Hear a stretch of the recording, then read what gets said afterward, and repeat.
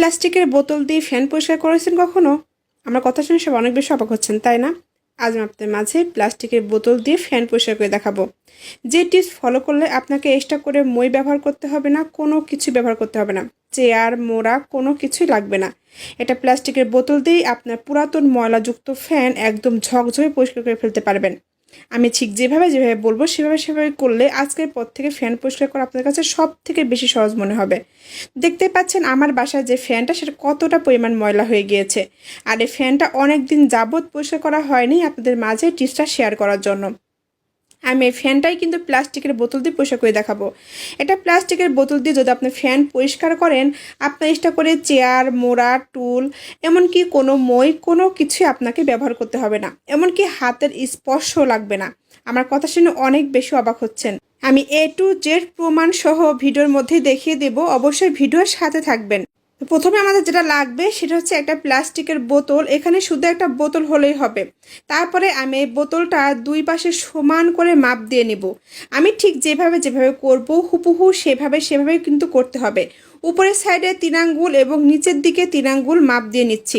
আমার হাতে থেকে লক্ষ্য করলে বুঝতে পারবেন আমি বোতলটা কিভাবে করে সুন্দর করে ডিজাইন করে নিচ্ছি। ঠিক আমি যেভাবে তৈরি করছি আমার হাতে থেকে খেয়াল রেখে আপনাদের সেভাবেই কিন্তু তৈরি করতে হবে। মাপটা এলোমেলো হয়ে গেলে কিন্তু এটা আপনি এত পারফেক্টভাবে ব্যবহার করতে পারবেন না। তবে উপরের দিকে কিন্তু 3 আঙ্গুল মাপ রেখেছি আর নিচের দিকে 3 আঙ্গুল মাপ রেখেছি। এই 3 আঙ্গুল ফাঁকা রেখে তার মাঝখান থেকে কিন্তু বোতলটা ডিজাইন করে নিচ্ছি। আমার হাতের দিকে লক্ষ্য করুন, দেখুন এক পাশটা কিন্তু আমি আলাদা করে নিয়েছি, এখন অন্য পাশটাও একইভাবে কিন্তু আমি আলাদা করে নিচ্ছি। এখানে আপনি যে কোনো কিছুর বোতল ব্যবহার করতে পারবেন, যে কোনো বোতল আপনি ব্যবহার করতে পারবেন, শুধুমাত্র একটু বড় হতে হবে। তা আমি যে সাইজের বোতলগুলো নিয়ে নিয়েছি এই সাইজের বোতল হলেই কিন্তু বেশি ভালো। তো আমি যেভাবে আপনাদের দেখিয়ে দিচ্ছি উপরে 3 আঙ্গুল এবং নিচে 3 আঙ্গুল ফাঁকা রেখে বোতলটা ডিজাইন করে নেওয়ার হুবহু একইভাবে এই পাশ এবং অপর পাশ দুই পাশটাই কিন্তু ডিজাইন করে নিতে হবে। তো দেখুন আমি একই নিয়মে দুই পাশটাই কিন্তু করে নিচ্ছি। উপর পাশটা আমি যেভাবে নিয়ে নিয়েছি এইটাও কিন্তু আমি সেইভাবে ডিজাইন করে নিচ্ছি। এখন এই বাড়তি অংশটা ফেলে দিব। এখন দেখুন মাঝখানে অংশটা কিন্তু একদম ফাঁকা হয়ে গিয়েছে। তারপরে আমি আবারও একটা সুন্দর করে মাপ দিয়ে মাঝামাঝি অবস্থাতে একটা পয়েন্ট করে নিচ্ছি। আমার হাতের দিকে লক্ষ্য করুন, ঠিক এইখানে একটা পয়েন্ট করে নিতে হবে একদম মাঝামাঝি অবস্থাতে। এটা কিন্তু বেশি বড় করা যাবে না, গোল করে তারপরে নিতে হবে। একটু বাঁকা হলেও কিন্তু সমস্যা হবে। আর যদি আপনি আগে অথবা পিছনে এরকম একটা সাইজে করেন সেক্ষেত্রেও কিন্তু আপনি পারফেক্টভাবে ব্যবহার করতে পারবেন না। তারপরে আমার যেটা লাগবে সেটা ছোট একটা বোতল। এই ছোট বোতলটা কিন্তু পুরোটা ব্যবহার করব না, এখান থেকে আমি অল্প একটু অংশ ব্যবহার করব। ঠিক মাথার থেকে যে অংশটা আছে সেটা আমি নিয়ে নিচ্ছি। উপরের যে অংশটা আছে সিপিটা সহ আমি এই বোতলটা নিয়ে নিয়েছি আর নিচের অংশটাই বাদ দিয়ে দিয়েছি, ওটা এখন আর আমাদের কাজে লাগবে না। এটা আমি খুব সুন্দর গোল করে এটাও ডিজাইন করে নিচ্ছি। দেখুন একদম সমান করে কিন্তু নিয়ে নিয়েছি। তবে সিপিটা আমি খুলে ভিতরে যে ছিদ্রটা আমি করে রেখেছিলাম বোতলের গায়ে সেই ছিদ্রের মধ্যে এই ছোট বোতলের মুখটা আমি লাগিয়ে দিয়েছি। দেখুন আমি কিভাবে করেছি। তারপর এরকম সিপিটা বন্ধ করে রেখে দিব। তারপরে এখন যাব মূল কাজে। এখানে লাগবে আমাদের একটা সুতি কাপড়। এই পুরাতন একটা কাপড় নিয়ে নিয়েছি।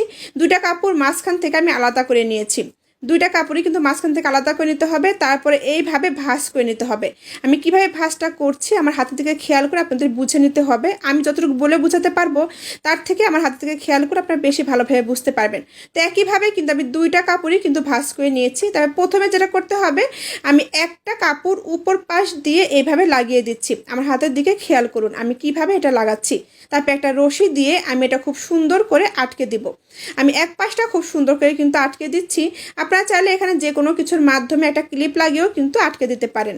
ঠিক আমি মাঝখানের বোতলটা যেখানে ডিজাইনটা করে রেখেছিলাম হুবহু সেইখানেই কিন্তু আপনাকে এই কাপড়টা লাগাতে হবে। আর মাঝে যে বোতলটা আপনি লাগিয়ে রেখেছেন ছোট বোতলের যে সিপিটা সহ ওটা কিন্তু ফাঁকা রাখতে হবে, ওইখানে কিন্তু কোনো কাপড় লাগানো যাবে না। তো দুইটা কাপড় আমি ভাঁজ করে রেখেছিলাম, একটা কাপড় কিন্তু লাগানো হয়ে গিয়েছে। একইভাবে কিন্তু আমি আর একটা কাপড়ও লাগিয়ে দিচ্ছি।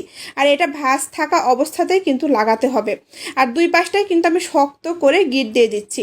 দেখুন এই পাশে আমি একটা গিট দিয়ে দিচ্ছি এবং অপর পাশেও আমি আরও একটা গিট দিয়ে দিচ্ছি। একটু টাইট করে গিট দেবেন যেটা খুলে যাওয়ার কোনো সম্ভাবনা না থাকে।